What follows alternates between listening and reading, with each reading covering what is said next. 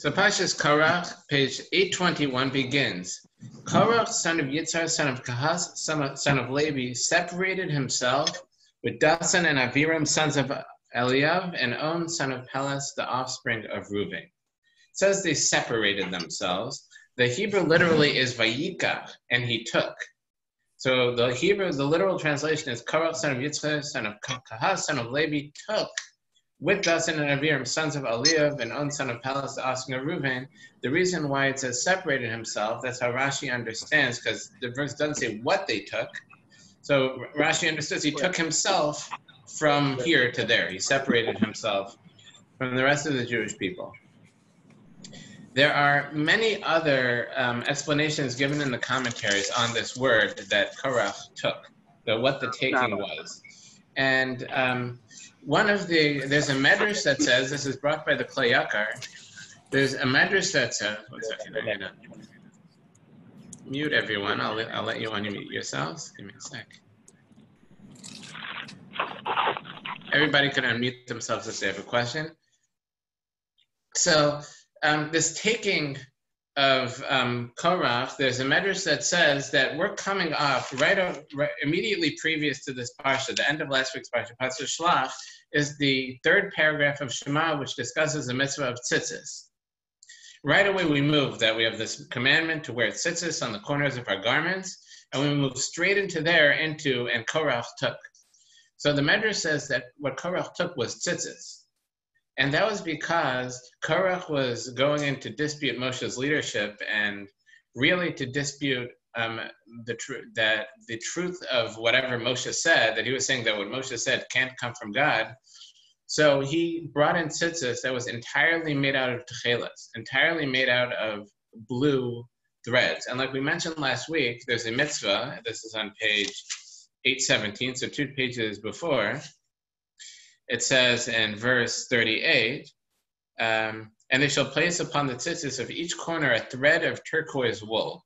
It shall constitute tzitzis for you. That there's a mitzvah to have a thread made out of turquoise wool. Most people don't do that nowadays because we don't have a good tradition exactly what that dye is supposed to be made out of.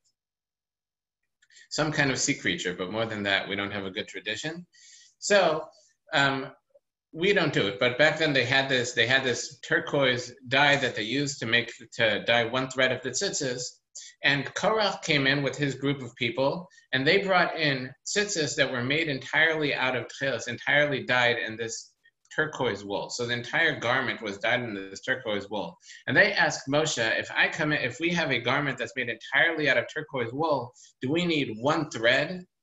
Do we need that one thread that from the fringe dyed wool as what dyed turquoise as well? And Moshe replied, yes. And they laughed at him that if the turquoise wool is so important, if the entire garment is wool, that's definitely better than if just one thread hanging down is made out of wool. And additionally, they asked him a question about a mezuzah, that if you have a house, if you have a room that's full of Torah scrolls, do you need a mezuzah on the door of that room? And Moshe answered, yes, there's a commandment to put a mezuzah on the door. So they asked that if the mezuzah is just one small section of the Torah, it's the Shema, one small section of the Torah. The Torah is the entire Torah. So if you have a room full of Torahs, why should you need a mezuzah, just one small section on the door? And with all of this, they were making a point, because they were trying to say, and as it states in verse 3, they gathered themselves together against Moshe and Aaron and said to them, it is too much for you for the entire assembly. All of them are holy and Hashem is among them. Why do you exalt yourself over the congregation of Hashem? They were making a statement, and this was all an allegory. Hey, David. It was all an allegory to say that the same way if you have an entire blue garment, you shouldn't need to dye one thread blue. The entire Jewish people is holy. We shouldn't need one person to rule over all of them. Everybody can make decisions for themselves. We're all holy. We don't need one holy thread over everything else. And with the mezuzah as well, they were saying that that the entire Jewish people are holy. We don't need a mezuzah. We don't need Moshe to be on top of all of us. That's one explanation of the taking. Another explanation I saw it in the Sfas Emes, he says that there's a medrash that says that the reason why is Korach disputing with Moshe now all of a sudden? And the medrash says that it's because they just appointed a new Nasi, a new leader of the tribe of Levi, and the leader they appointed was Eltzaphan, son of Uziel, who was a cousin of Korach. So Korach, it says, was the son of Yitzhar, the son of Levi. Uziel, the leader of the tribe, was the son of Uziel, the son of Kahaz. So they were cousins, but Korach, when he saw Moshe became the leader of the Jewish people, he was upset. But he said it makes a little sense. Moshe was the son of Amram, the son of Kahaz. He was also a cousin. He was the son of the oldest of the sons of Kahaz, so it makes sense that he'd be the leader. Then when Aaron was appointed as the Kohen Gadol, as the head of the Kohanim, he got even more upset that Aaron is another son of Kahaz, another son of, Amram. So Moshe's appointing all of his family as leaders. Now, but he thought that I'm next because I'm the oldest son of the next brother of Yitzhar. So when the son of the youngest brother, was appointed the leader of the Levium, he felt he was passed over, and then he blew up and disputed everything. But the question remains, why was Korach passed over? Why was Korach? He was a great man. Why was he not chosen as a leader? And I say, and this is based on the Sfas Emes, is that Korach was a taker. And that's what the Torah is saying here, that it says Korach took. That what he was doing, he was taking things. His intention was that he wanted the honor, he wanted the glory of being a leader. He was going there to take.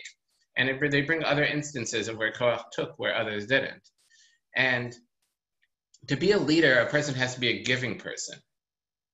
That you have to lead other people, you have to be willing to give to them. You have to be doing things for them, not seeing what you could get out of it. So Korach, being a taker, couldn't be a leader. Whereas Moshe was the greatest leader, as he says where is this? And if you look on page 825, verse 15, the ultimate response that Moshe gave to all this disputation was, he said to Hashem, do not turn to their gift offering. I have not taken even a single donkey of theirs, nor have I wronged even one of them. That Moshe's response to this whole dispute is, I never took anything. Korach is a taker. I never took anything for myself. And that's why Moshe is the leader, not Korach. Okay. When it gives Korach's lineage, you notice, okay. When it gives Korach's lineage, it calls him Korach, son of Yitzhar, son of Kahas, son of Levi. It goes back 1, 2, 3 generations to Levi. It could have gone back one more generation to Yaakov, but it doesn't. It ends by Levi, doesn't go back to the beginning to Yaakov. And Rashi comments on this. He quotes a medrash that it really should have gone back to Yaakov, but Yaakov prayed that he shouldn't be mentioned in this whole incident. And that's on page 277. That's in Parshas Vayechi, Bereshis chapter 49, verse 6. This is in Yaakov's blessing to Shimon and Levi. He says, into their conspiracy may my soul not enter, with their congregation do not join. He said, into their conspiracy let my soul not enter. Meaning, and that's a reference to this incident, he doesn't want to have anything to do with this conspiracy of Korach, who was a descendant of Levi. Why would you think that he should be mentioned? So the Klei Yakar says that Yaakov also had an incident where he disputed someone else's status of a Kohen. And he doesn't elaborate on that. It could be one of two things. He doesn't elaborate on it. It's possible that what he means is that originally the one who was supposed to be the Kohen was Reuven, or firstborns in general, one of the two. The firstborns were supposed to be the Kohen. They were the ones who were in charge. That was taken away from them when they sinned with the sin of the golden calf.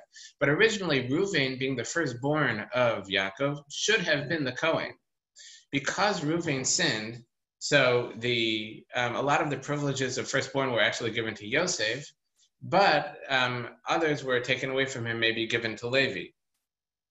So in that case, Yaakov meddled a little bit with who was supposed to be the Kohen, that because of Reuven's sin, he took it away from Reuven. But what I think it's talking about is actually that the one who was really supposed to be the Kohen was Esav. That Yaakov was not the firstborn. Yaakov had an older brother, Esav, who was the son of Yitzchak and Rivka, the son of his father, the son of his mother. And Esav technically should have been the Kohen. He should have been the one who doing the holy service because he was the firstborn of his parents. But Yaakov meddled in that. Yaakov disputed that. He bought the firstborn rights with the lentils. Then he snuck in and disguised himself as Esav to steal the blessings from Esav. So Yaakov also, in a sense, meddled into the Kohanic privileges in his lifetime. So one may say that Yaakov himself was that where Korach is acting in the spirit of his ancestor Yaakov. And that's why Yaakov prayed, let my name not be mentioned in this dispute. They were saying it should be clear that I have nothing to do with this, that Yaakov's intentions were purely for the sake of heaven. And in fact, Yaakov was right in his intentions, whereas Korach, disputing Moshe and disputing the decision of God, so Korach was completely wrong. Okay, so now who's on Korach's team? So it says you have Korach, then with Dasan and Aviram, sons of Eliav, and On, son of Peles, the offspring of Reuven. These are descendants of Reuven. And this, in verse 2, they stood before Moshe with 250 men from the children of Israel, leaders of the assembly, those summoned for meeting, men of renown. So who are these 200? So we have Korach, who is a descendant of Levi, who claimed for himself that he wanted to be at least the leader of the tribe of Levi, maybe the Kohen Gadol, he wanted to be the high Kohen. Then you have these descendants of the tribe of Reuven, Dasan, Aviram, and On, the son of Peles, who are from the tribe of Reuven. And you have 250 men from the children of Israel, leaders of the assembly, the summoned for meetings, men of renown, important people, 250 important people. The Ibn Ezra says that these people were firstborns themselves, and they wanted the firstborn rights to retain the rights of the Kohen, or to retain the privileges of being a Kohen. The simple reading of the verse, though, is that they were just important people. And the Malbim says that they were upset because that when Moshe made decisions, they weren't consulted. And they felt as important people, as leaders, Moshe's the head leader, so he's the one who makes the final decision. But with them as leaders, at least they should be advising, they needed the advice and consent for Moshe to move forward with his decisions. So they felt overlooked and ignored, and they felt like, what use are we if we're not consulted? So that's why they were upset. So you have these different groups, all with their own agendas on one side, Moshe on the other, pretty much. So in verse 3, they gathered to get together against Moshe and against Aaron and said to them, is it too much for you? For the entire assembly, all of them are holy and Hashem is among them. Why do you exalt yourself over the congregation of Hashem? That they were saying, we don't need an individual leader. We're all holy. We all heard God at Mount Sinai give at least the first 2 commandments. So we don't need you. We don't need an individual leader. So in verse 4, Moshe heard and fell on his face.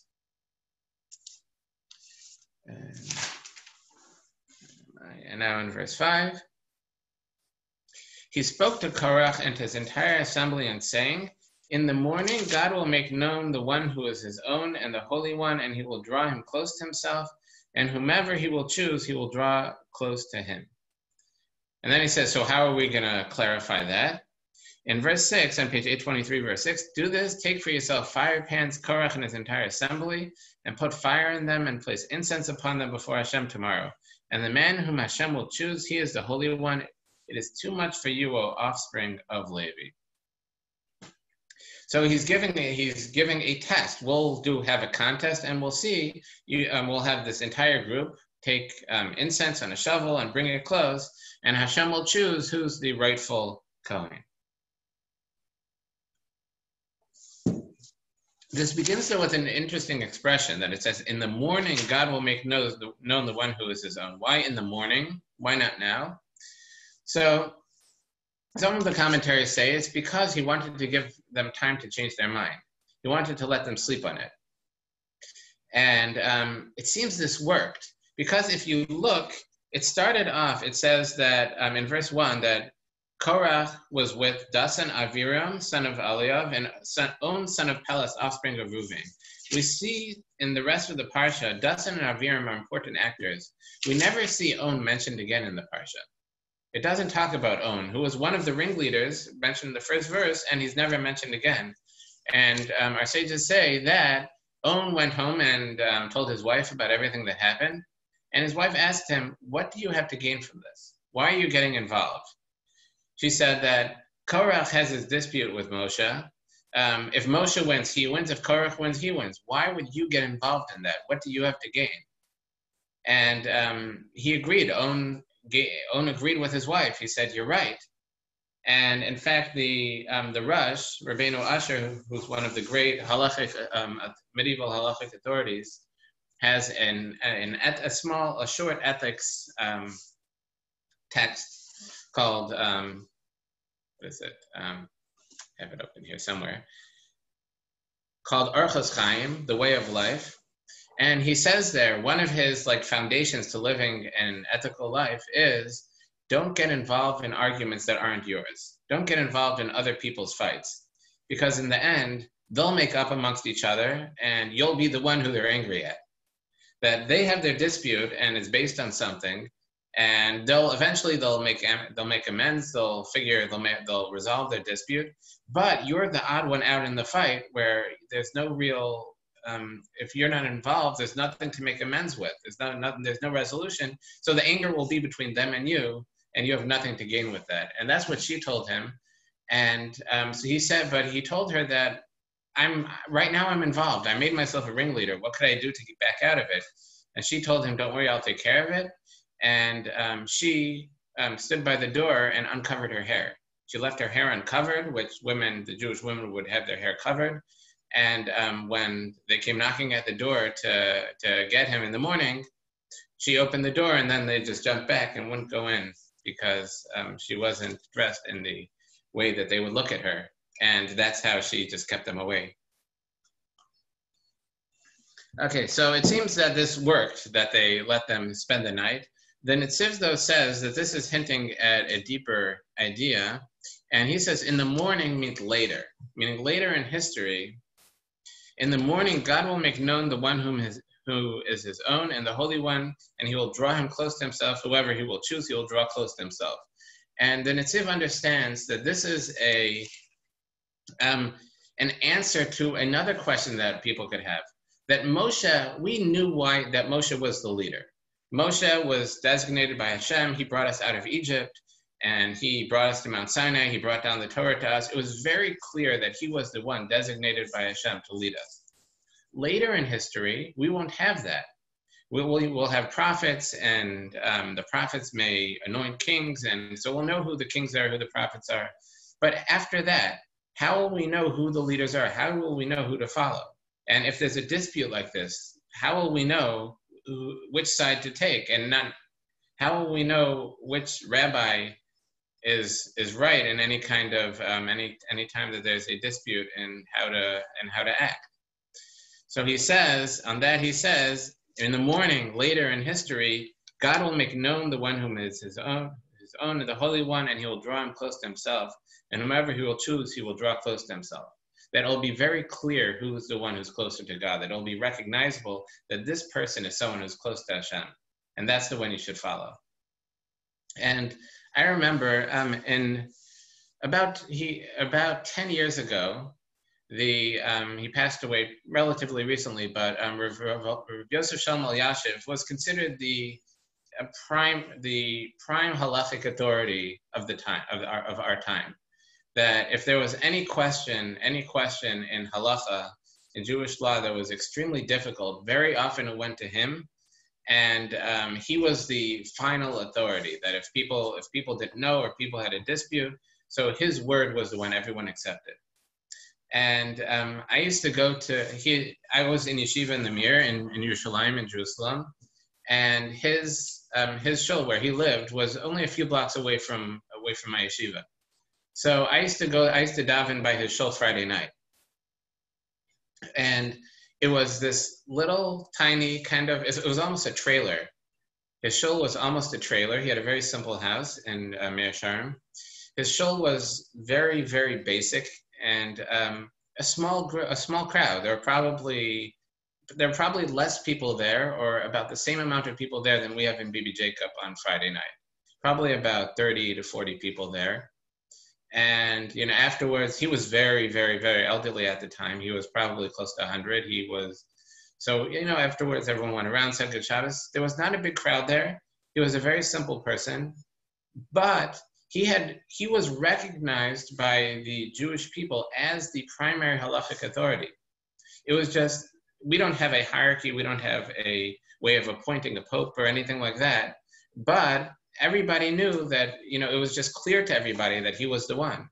He didn't have an honor guard. He didn't have any of those things, but just he was the one, and that was it, and everybody knew it. And that's what the Netziv is saying, is that it's just clear who our leaders are. We don't have a hierarchy. We don't have any appointment mechanism, but we just know. Okay, so now moving on. In verse 8, Moshe said to Korach, on page 823, verse 8, Moshe said to Korach, "Hear now, O offspring of Levi, is it not enough for you that the God of Israel has segregated you from the assembly of Israel to draw you near to himself, to perform the service of the tabernacle of Hashem, and to stand before the assembly to minister to them? And he drew you near, and all your brethren, the offspring of Levi, with you. Yet you seek priesthood as well. Therefore, you and your entire assembly that are joined together are against Hashem. And as for Aaron, what is he that you protest against him?" So I saw some explain that, I think it was the Beis Yitzchak explained this sequence, that he was telling the Levim how holy that what they're doing is. You have a great thing going, that you have this, that Hashem has drawn himself near to you to perform your service in the temple, that they were the ones who sang and played musical instruments to accompany the service of the Kohanim, and that was very holy. And they carried the Mishkan, the tabernacle around. That was very holy work. And so if they recognize the holiness of that work, so then he's saying you should be satisfied with what you have. But if they didn't recognize the holiness of their work, so then he was saying, who is Aaron that you should protest against him? That if you're not seeing the temple work as holy, so then what's Aaron doing that you feel is so holy? What is it that the Kohen Gadol does? Probably his main job is doing the service on Yom Kippur. And what's he doing? He's slaughtering an animal, getting the blood, carrying it around, maybe butchering it and bringing the pieces and putting it on a fire and burning incense. Basically, he's a butcher. Independent of any holiness and independent of the spiritual aspect, what the Kohen is doing is he's acting as a butcher. He's killing and chopping up an animal and dealing with the blood. So he's saying, why are you complaining against him? Unless, if you don't recognize that the mitzvahs and the kahuna, that these are commandments from Hashem, there's nothing to complain about, because what you're striving for is to be a butcher. And that's, while it's and maybe honest work, it's not something that you start a national emergency and a national fight over. So who is Aaron that you're complaining against? And what's he doing that, if you don't recognize that the mitzvahs come from Hashem, what is it that you're complaining about? So now in verse 12, it seems Moshe gave up on Korach and he moved on to Dasan and Aviram. So Moshe sent forth to summon Dasan and Aviram, the sons of Eliav, but they said, "We shall not go up. Is it not enough that you have brought us from the land flowing with milk and honey? To cause us to die in the wilderness, yet you seek to dominate us, even to dominate further. Moreover, you did not bring us to a land flowing with milk and honey, nor give us a heritage of a field and vineyard. You haven't brought us into the land of Israel. Even if you would gouge out the eyes of those men, we shall not go up." They're saying, nothing, you can't do anything that'll cause us to come to join you. And in verse 15, like I read before, this distressed Moshe greatly, and he said to Hashem, "Do not turn to their gift offering. I have not taken even a single donkey of theirs, nor have I wronged even one of them." That Moshe was saying that I have never taken anything from them. I am not a taker. And for them to complain against me, there's something wrong here. Now, in verse 16, Moshe said to Korach, this is after,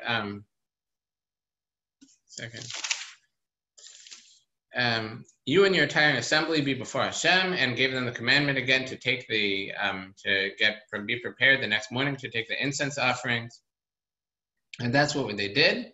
And in verse 18, in verse 19, it says, Korach gathered the entire assembly to the entrance of the tent of meeting, and the glory of Hashem appeared to the entire assembly. And what happens in verse 20, Hashem spoke to Moshe and Aaron, saying, "Separate yourself from amid this assembly, and I shall destroy them in an instant." Then Moshe, in verse 22, they fell on their faces and said, "O God, God of all, the spirits of all flesh, shall one man sin and you be angry with this entire assembly?" Hashem spoke to Moshe, saying, "Speak to the assembly, saying, get yourselves up from all around the dwelling places of Korach, Dathan, and Abiram." So what is the conversation here? What's going on? It begins that Hashem says, "Separate, and I shall destroy them in an instant." Then it continued, then they ask, "Why should you destroy everyone just because of one man's sin?" And then God says, "You're right, tell everybody to leave." The Klei Yakar understands that there was a little bit of a miscommunication here, actually. That if you look at the way it's introduced in verse 20, it says, "Separate." Hashem spoke to Moshe and Aaron, saying. Usually, when it ends, the Hebrew is "Vayomer Hashem Moshe Lemar." Hashem spoke to Moshe, saying. What is that saying? The saying means to say to the children of Israel. Meaning Hashem spoke to Moshe and Aaron to convey the following message, and the message was, separate yourself from amid this assembly, the assembly being the rebels, meaning that he should tell the Jewish people to separate themselves from the rebels. Whereas they misunderstood, Moshe misunderstood and thought that it was talking specifically to him and Aaron, and that Hashem was going to destroy everyone, and he said, "Why should you destroy everyone?" The Ramban, though, understands that there was a reason why everybody should be punished. And that is that they were there in the first place. That because there was this dispute, these people were, Korach, Dathan, Abiram, and these 250 leaders were complaining against Moshe and saying that they had their complaints, whatever they were, against Moshe. And all the people came to watch. Why were they watching? The Ramban says that they genuinely thought, they saw all the 250 men standing there with their fire pans with the coals and the incense on it, that they were going to do the service, and they wanted to see who was going to win, who would be chosen, which means that they had some kind of doubt. That once they saw that, they thought, maybe, that guy looks really good, maybe he's going to be chosen, maybe that guy's going to be chosen, he looks holy. And just because of that doubt that they had in the leadership of Moshe and in the word of Moshe, that itself was a reason to be punished.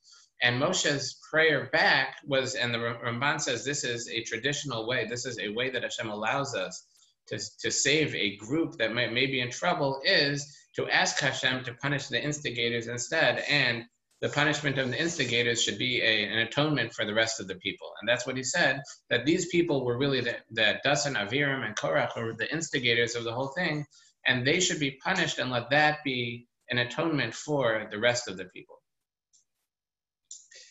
Okay, so then moving on, in verse 25, Moshe stood up, went to Dathan and Aviram. The elders of Israel followed him. He spoke to the assembly, saying, "Turn away from near the tents of these wicked men and do not touch anything of theirs, lest you perish because of all their sins." So they got themselves up from near the dwelling of Korach, Dathan, and Aviram for all around. And then in verse 28, Moshe said, on page 827, verse 28, Moshe said, "Through this shall you know that Hashem sent me to perform all these acts, that it was not from my heart. If these die like the death of all men, if these people die of a normal death, all of the destiny of all men is visited upon them, that everybody dies eventually. If these people die just like everyone else, then it is not Hashem who sent me. But if Hashem will create a phenomenon and the earth opens its mouth and swallows them and all that is theirs, and they will descend alive to the pit, then you know that these men have provoked Hashem." And in verse 31, when he finished speaking all these words, the ground that was under them split open. The earth opened its mouth and swallowed them and their households and all the people who were with Korach and the entire wealth. They and all that was theirs descended alive to the pit. The earth covered them, and they were lost from among the congregation. All Israel that was around them fled at the sound, for they said, "Lest the earth swallow us." A flame came forth from Hashem and consumed the 250 men who were offering the incense.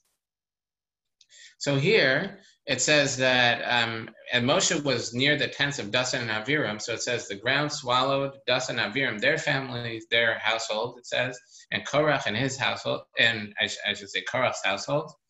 And the 250 men who were standing there with the incense, they were burnt up by a fire. Why was it that Moshe here prayed for these people to die? He never did that before. Moshe was the leader when the people were in charge, when they did the golden calf, with the incident of the spies, and all the complaints that they had in the desert. And every time he prayed for the Jewish people, Why here specifically did he say, let them die, and not just die, but die an unusual death, a miraculous death? And the Malbim explains because what they were doing was questioning the truth of what Moshe said. They were questioning, do Moshe's decisions come from Hashem, or did he make these decisions on his own? And if one questions that, that leads to the question, is the Torah true? If one is disputing the idea of that what Moshe says comes from God, so they're also disputing the idea that the Torah comes from God. And therefore, it had to be dealt very strongly, because the truth of the Torah is I would say the important, it's more than the most important. It is everything that Moshe was passing on to the Jewish people as the truth of the Torah. So he had to make sure that this was very, very, very clear, that everything that Moshe did came from Hashem. And everything that Moshe said came from Hashem. And so it was. So now in chapter 17, the bottom of page 827, it says, Hashem spoke to Moshe, saying, say to Elazar, son of Aaron the Kohen, let him pick up the fire pans from amid the fire, and he should throw away the flame, for they have become holy. As for the fire pans of these sinners against their souls, they shall make them hammered out sheets as a covering for the altar, for they offered them before Hashem, so they became holy. They shall be a sign to the children of Israel. This is an interesting case, and the Ramban asks on this, that these people were doing a sin with they were using these fire pans in a dispute with Moshe, and they were claiming that they should be a Kohen and acting as a Kohen, yet they were considered holy, and they used these pans as a covering for the altar and couldn't use them for anything else. So the Ramban says it's possible it's because this was commanded since Moshe, it was a prophecy through Moshe that this is what they should do, Moshe told them. Once it started off with a rebellion, but since Moshe told them that what you should do to prove yourselves is bring the incense, so it became a mitzvah for them at that moment. Since they were following Moshe's instructions, so it became a mitzvah, and therefore it was used as a covering for the altar. And especially since their intentions were really for the sake of heaven, they wanted to do this service, and they were so inspired by the idea of this service that they went through with it in spite of the risk to themselves. So it was used for a holy purpose. Okay, and it says in verse 4, Elazar the Kohen took the copper fire pans that the consumed ones had offered and hammered them out as a covering for the altar, as a reminder to the children of Israel, so that no alien, an alien once again being a non-Kohen, who is not of the offspring of Aaron, shall draw near to bring up the smoke of incense before Hashem, that he not be like Korach in his assembly, as Hashem spoke about him through Moshe. Now there's an amazing... The way this Parsha continues, one thing after another, is amazing. So the people had just witnessed Dasan, Aviram, and Korach's family being swallowed up by the ground. And a fire came up, consumed the other 250 people who disputed with Moshe. And then, in verse 6, the entire assembly of the children of Israel complained on the morrow, the next day, against Moshe and Aaron, saying, you have killed the people of Hashem. They're complaining again about him killing them. And in verse 7, and it was when the assembly gathered against Moshe and Aaron, they turned to the tent of meeting, and behold, a cloud had covered it, and the glory of Hashem appeared. Moshe and Aaron came before the tent of meeting. And once again, in verse 9, Hashem spoke to Moshe, saying, remove yourself from among this assembly, I shall destroy them in an instant. They fell on their faces. And in verse 11, Moshe said to Aaron, take the fire pan, put it on its fire from the altar, and place incense, go quickly to the assembly, and provide atonement for them, for the fury has gone out from the presence of Hashem, the plague has begun. There was a plague that was killing people. Moshe told Aaron, go and get the ketores, take this incense, put it on a shovel, and travel to the people. And Aaron did this. And in verse 13 it states, he stood between the dead and the living, and the plague was checked. Those who died in the plague were 14,700, aside from those who died because of the affair of Korach. So after the people having seen this entire incident of Korach and his family dying, and his 250 men dying, and Dasan and Aviram dying, how could they go to Moshe and say, you're killing the people? After seeing that everything, Moshe won. He won the dispute. It was proven that he was right. How are they going to him complaining, you're killing the Jewish people? So some commentaries say, or really just about all of them say, is that their problem was with the test that Moshe chose. They were saying that you could have chosen a different test than using this incense. Some commentaries say is that they felt that it must be that this incense is something that's deadly, because remember, earlier, Aaron had 4 sons, Nadav, Avihu, Elazar, and Isamar. And Nadav and Avihu, on the 8th day really of the base of the Mishkan of the Tabernacle's dedication, Nadav and Avihu took this incense. They brought a strange fire before Hashem, and they were consumed by a fire. Now, these people were consumed by a fire while bringing incense, and to them, it showed that this incense is something that's very dangerous. It's something that can't be played around with. So they were saying, why did you choose the incense as the test? You should have chosen something that's less dangerous, that's less something that you don't mess with. And the answer to that was that when the plague was going on, Moshe sent Aaron with incense to stop the plague and to show them that it's not the incense that's the cause of the death. The cause of the death is the sin. The incense is not just neutral, the incense is holy, and when holiness is used wrong, it's dangerous. When it's used right, it saves lives. Other commentaries say, though, I think the Ramban says that the reason why they were disturbed by the fact that Moshe chose the incense as the test is that these people, that they were saying that maybe Moshe was right that Aaron should be the Kohen. But the firstborns, or these 250 people, maybe they should have been Levian. They should have been the Levites, the one who support the Kohanim, the one who sing the songs and accompany the Kohanim as they do the service, and who carry the holy things, who carry the tabernacle and its vessels. And the Levites are prohibited just as much as anyone else from doing the Ketores, the incense service. So instead of Moshe testing them by having them bring the incense, he should have tested them by having them do some service that's specific to the Levian, specific to the Levites, because maybe then they would have in fact been chosen. So that's why they said that you're killing the people of Hashem, because you chose a test that was specific to Kohanim, whereas maybe these people really shouldn't be Kohanim, but they should be Levites. So even after the test, they're saying the test wasn't good enough because it doesn't eliminate all possibilities, and you chose the highest level that maybe they weren't holding by that high level, and they're holding by a lower level, but still they should be Levites. Maybe you should have tested them by having them sing or something along those lines.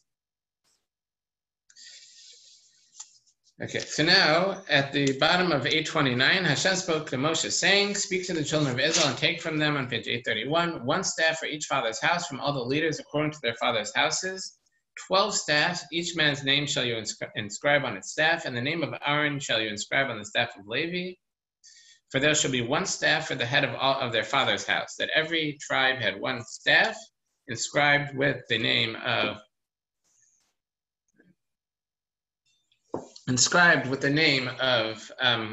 the leader, and they put them in the Holy of Holies, in the tent of meeting before the testimony, before the Ark of the Covenant.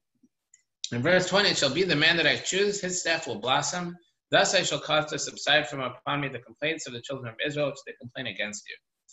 And in verse 21, Moshe spoke to the children of Israel. That's what they did. And in verse 23, on the next day, Moshe came to the tent of testimony. Behold, the staff of Aaron of the house of Levi had blossomed. It brought forth a blossom, sprouted a bud, and almonds ripened. Moshe brought out the staffs from before Hashem to all the children of Israel. They saw and they took each man his staff. And this was a testimony. In verse 25, Hashem said to Moshe, "Bring back the staff of Aaron before the testimony, as a safekeeping, as a sign of the rebellious ones, lest their complete cease from before me, they did not die." Moshe did as Hashem commanded him. So they did, that they had this permanent sign, really, that Hashem had chosen Aaron. They have this staff that had sprouted and blossomed overnight to show everyone if there were any complaints. Then in verse 27, the children of Israel said to Moshe, saying, "Behold, we perish, we are lost. We are all lost. Everyone who approaches closer to the tabernacle of Hashem will die. Will we ever stop perishing?"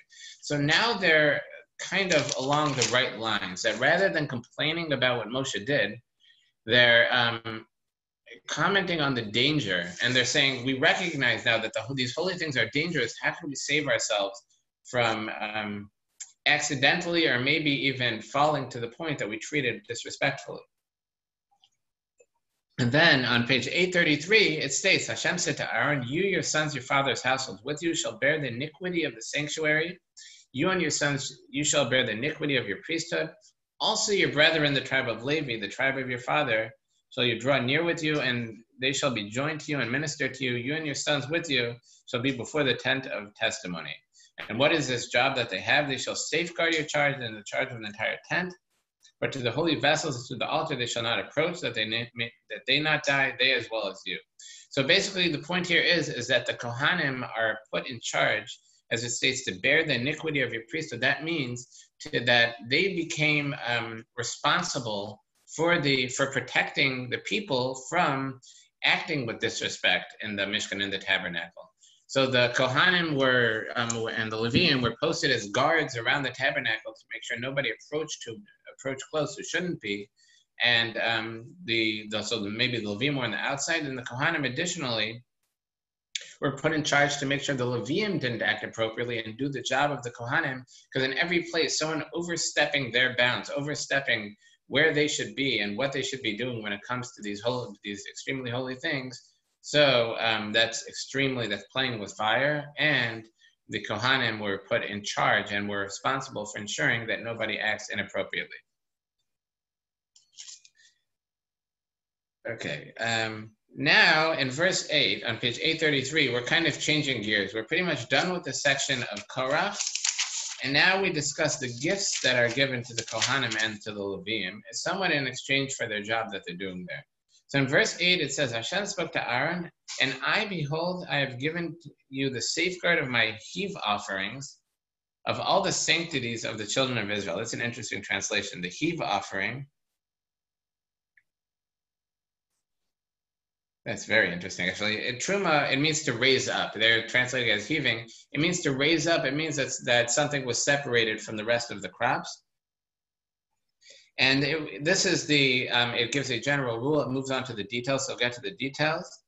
And I've given them to you for distinction, to your sons as an eternal portion. What are these things that were given? In verse 9, this shall be yours from the most holy, from among the fire, their every offering, their every meal offering, their every sin offering, their every guilt offering, that which they return to me as the most holy, it shall be yours and your sons.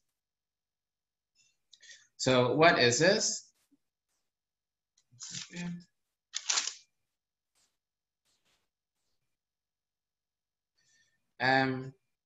So it's interesting the way it speaks it out here. This is saying that the Kohanim have a portion of the offerings, and what the Kohanim got is when any of the most holy of the offerings, the Ola, the burnt offering, was completely burnt on the altar, that the Kohanim only got the hide, but the sin offerings, the Kohanim would actually eat the whole thing, that the Kohanim would eat the sin offerings.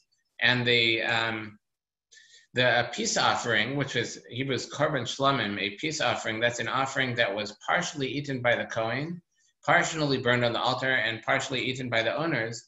So in that case, the fats that cover the organs, we've discussed this before, and I think Sid clarified for me, that's called the suet. That's the fats that cover, the thick fats that cover the organs, would be burnt on the altar, and among some of the innards. And the meat primarily was eaten by the owners, except for the chest and the thigh was given to the Kohen. And the way it's spoken out here about the part that's given to the Kohen, it should be, the Hebrew, where is it?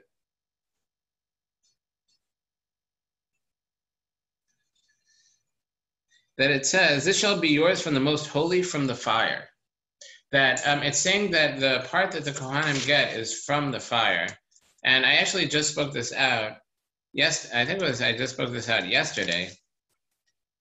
That the Malbim comments this in the book of Shmuel, is that we tend to think, like I said, that the part of the Kohanim from the sin offering, from the peace offering, is that it's split into three parts. Some goes to God, some goes to the Kohanim, some goes to the people. Additionally, you could look at it in a slightly less generous view, is that it's split into two parts. It's split, some is burnt on the altar, goes to God, some goes to the owner, and an owner has to give a portion of their part to the Kohen. But the Malbim says that's not the case, and that's illustrated by this, that it says that I have given their part, this shall be yours from the most holy, from the fire, is that it's really split two ways. Some is given to the owner, some is given to Hashem, and Hashem gives some of his portion from the fire to the Kohanim.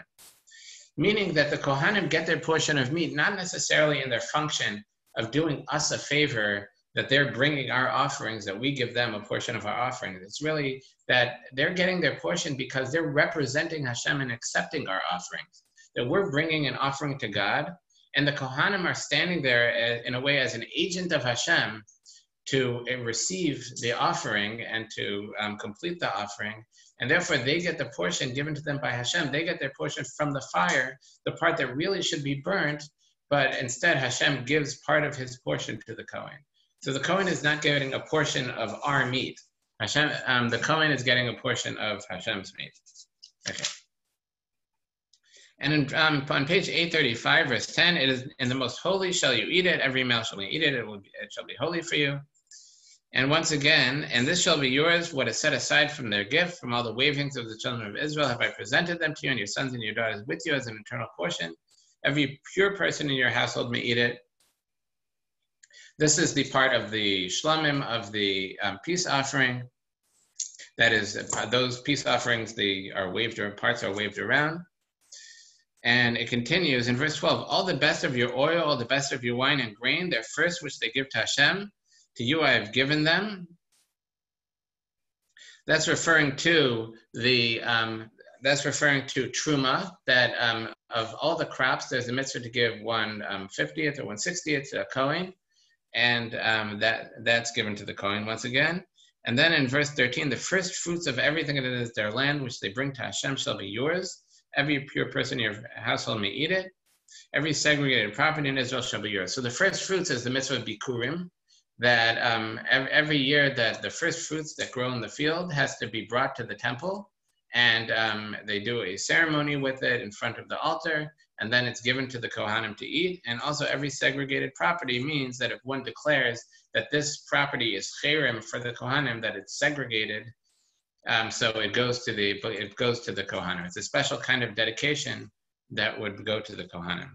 Then it continues in verse 15, every first issue of a womb of any fresh flesh that they offer to Hashem, whether man or beast, shall be yours, but you shall surely redeem the firstborn of man, and the firstborn of an impure beast, an impure animal shall you redeem. And then it gives, those that shall be redeemed from 1 month shall you redeem according to the valuation, 5 silver shekels by the sacred shekel, it is 20 gera. I'll go over this in a minute. But the firstborn of a cow, or the firstborn of a sheep, or the firstborn of a goat, you shall not redeem. They are holy, their blood shall you throw upon the altar, their fat you shall cause to go up in smoke, the fire offering, the satisfying aroma to Hashem. Their flesh shall be yours like the breast of the waving, and the right foreleg shall be yours. So these are very short, the laws of the firstborn. So a firstborn person, a firstborn baby of the mother, if the firstborn male, I should say, of the mother is holy and has to be redeemed from the Kohen. We give 5 silver coins to the Kohen, and that's how the firstborn child is redeemed. If the father is a Kohen or Levi, or the mother is the daughter of a Kohen or Levi, it's not redeemed. I mentioned this in the past. And if it was born as a C-section, also it is not considered as it's not considered a firstborn, and it's not redeemed. But at the same time, the next baby isn't the firstborn either. So if someone has a C-section first, then they wouldn't make a Penin Haben, they wouldn't redeem the firstborn. So that's by a person. Then it says, the firstborn of every beast, firstborn of an impure beast you shall redeem. And it says then it gives the laws of the firstborn of a cow, sheep, or a cow, a sheep, or a goat. It says you cannot redeem. So here's the basic laws. When it comes to a cow, a sheep, or a goat, those are the classes of domesticated animals that are kosher. So the firstborn is holy. And in the time of the Beis HaMikdash, in the time of the temple or the tabernacle, it was brought as an offering. They would bring it to the temple. It would be brought as an offering, and the entire animal, besides the parts that were burnt on the altar, the fats, the suet that was burnt on the altar, so the rest of the animal, the meat, would be eaten by the Kohanim, entirely by the Kohanim. That is the laws of a Bachar. If it got a blemish, if it got a physical imperfection that made it invalid to be brought as an offering, then it would be given to the Kohen. It would be given to the Kohen, and once it was given to the Kohen, it's mostly not holy. So that once it's given to the Kohen, it belongs to the Kohen. The Kohen could do what he wants with it. He could eat it. He could even sell it to a regular Jew, a non-Kohen. He could sell it to a non-Jew. And it could be eaten. It doesn't have most of the holiness. You cannot use it to work. You can't use it as a beast of burden. And you also couldn't use the shearings. You can't use the hair. You couldn't like shave it and use the hair, but otherwise it's treated like a regular animal once it's given to the Kohen. And this is true even up to nowadays, that the firstborn male of, if a kosher domesticated animal, cow, sheep, or goat, has a firstborn, it would be holy, and you'd have to wait. You couldn't actually give it a physical imperfection. You would have to wait until it had a physical imperfection before giving it to a Kohen, and then the Kohen, once again, could do what he wants with it. The Shulchan Aruch says, though, that nowadays we try, and this is the Shulchan Aruch time in the 1500s, he says that nowadays, in his days also, we try to avoid that. Because even though usually we it's very much frowned upon to try to avoid a mitzvah, to try to get out of doing a mitzvah. But in this case, because it's holy, because the Bukhar has holiness until it gets in this imperfection, and anyone who derives any benefit from something on that level of holiness has done a very severe sin. It's the sin of benefiting from the holy, from something that's hektish, which we very rarely have that case of these days of something that's actually a korban, is actually the status of an offering. But a firstborn animal it has that holiness. Therefore, we try to avoid that difficulty because we can't bring it, we can't redeem it. So what the Shulchan Aruch says to do is sell a portion of the mother when the mother is expecting, when a first child, sell a portion of the mother to a non-Jew. And as long as a non-Jew owns any amount, so as long as a non-Jew is a partner in the baby, so then it would not fall under these rules. So that's what's done nowadays, as per the Shulchan Aruch, is we try to avoid having an animal, a kosher animal, be a bechor, fall under these rules, because otherwise it's in a state of supreme holiness, and we'd have to pretty much tiptoe around it until it got a blemish on its own, and then we would have to give it to Kohen. So once again, to avoid that, it's usually the mother is sold partially to non-Jew, even if the non-Jew owns a very minute portion of it, as long as they're a partner in it. So it would not be subject to these laws. But when it comes to a non-kosher animal, so it says that could be redeemed. And there's only one case. This comes from elsewhere, but there's only one case of a non-kosher animal that's the firstborn that is redeemed. That is a donkey. That a firstborn, if a male donkey, there's a mitzvah to redeem it, and this is in fact done even to this day. And if a donkey has a firstborn son, then it can be redeemed with a sheep. So, and a sheep meaning a lamb or a goat, a baby goat, a kid. And the kid, or the lamb or kid, meaning baby goat, would be designated as the pidyon, as the redemption in exchange for the donkey. If you don't have a baby lamb or goat, you could actually give the value of the donkey, but that's usually more expensive. That's usually more. So they would give this baby sheep or baby goat, that would be given to the Kohen. And in this case, it's interesting. This is, I think, the only case where you take something holy, you redeem it with something else, and in the end, you end up with two things that neither of them are holy. That once you redeem the donkey has holiness as the firstborn. Once you redeem it with the sheep or the goat, with the baby sheep or the baby goat, it loses that holiness, and now they're both, the Kohen could do whatever he wants with the donkey. He could use it himself, he could sell it, and anyone could use it without worrying about any level of treating it with holiness. Okay, and the Parsha ends, just at the bottom of 835, Hashem said to Aaron, in their land you shall have no heritage, and a share shall you not have among them. I am your share and your heritage among the children of Israel.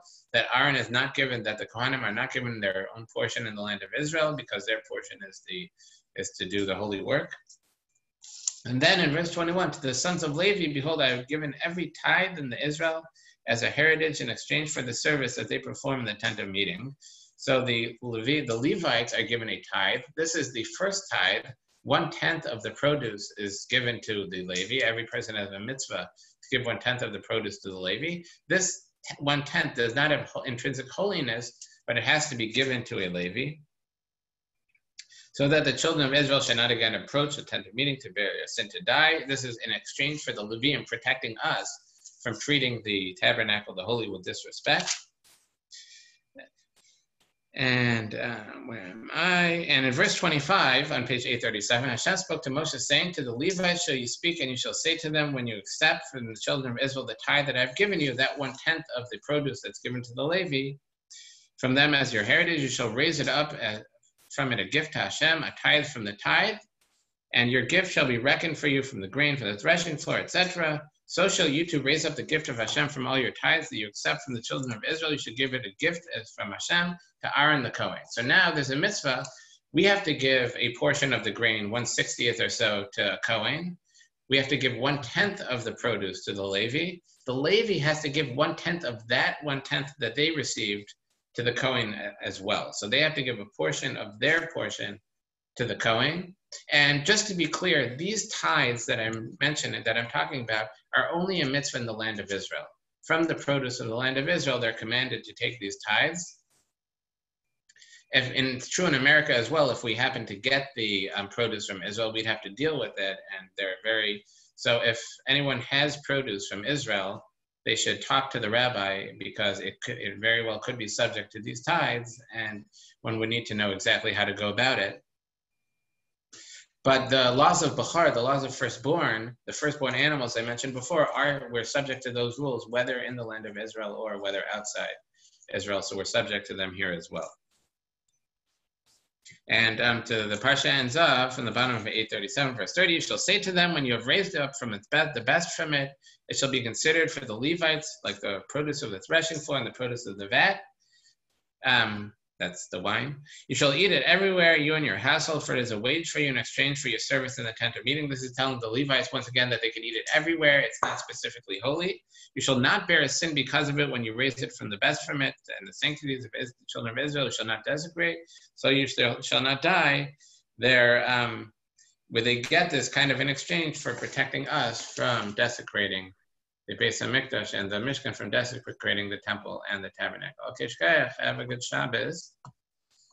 Good Shabbos.